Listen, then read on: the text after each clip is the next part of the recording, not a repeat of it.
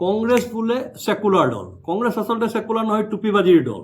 এটা সৰু উদাহৰণ দিছোঁ। ৰমজান মাহ শেষ হ'ল, গোটেই ৰমজান মাহত কংগ্ৰেছৰ নেতাবিলাকে ঘৰে ঘৰে অফিচে অফিচে ইফতাৰ পাতিলে। ৰাজীৱ ভৱনত 10টামান ইফতাৰ হ'ল। গৌৰৱ গগৈ এটা ইফতাৰ পাতিলে, ৰকিবুল হুছেইনে ইফতাৰ পাতিলে, জাকিৰ হুছেইন চিকদাৰে ইফতাৰ পাতিলে।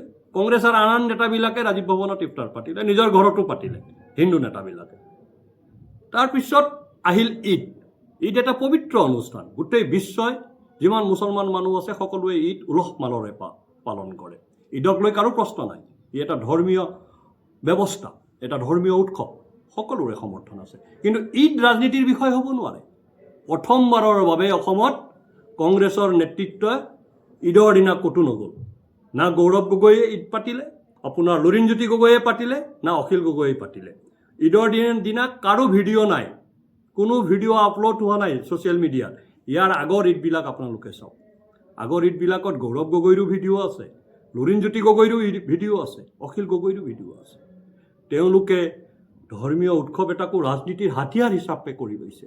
কিয়নো ভিডিঅ' আপলোড হ'লে সনাতনী অসমীয়া মানুহে বেয়া পাব পাৰে নিৰ্বাচনৰ বতৰত। সেইকাৰণে গৌৰৱ গগৈ, লুৰিণজ্যোতি গগৈ আৰু অখিল গগৈ এইবাৰ ঈদৰ দিনাখন অসমৰ সমাজ জীৱনৰ পৰা নাইকিয়া হৈ গ'ল। কেইমিনিটমানৰ কাৰণে তেওঁলোকে সেকুলাৰ হোৱাৰ নাটক কৰিলে। আচলতে এই গোটেই ইক'ছিষ্টেমটো, কংগ্ৰেছ নেতৃত্বাধীন ইক'ছিষ্টেমটো এটা ভণ্ডামীৰ ইক'ছিষ্টেম হয়।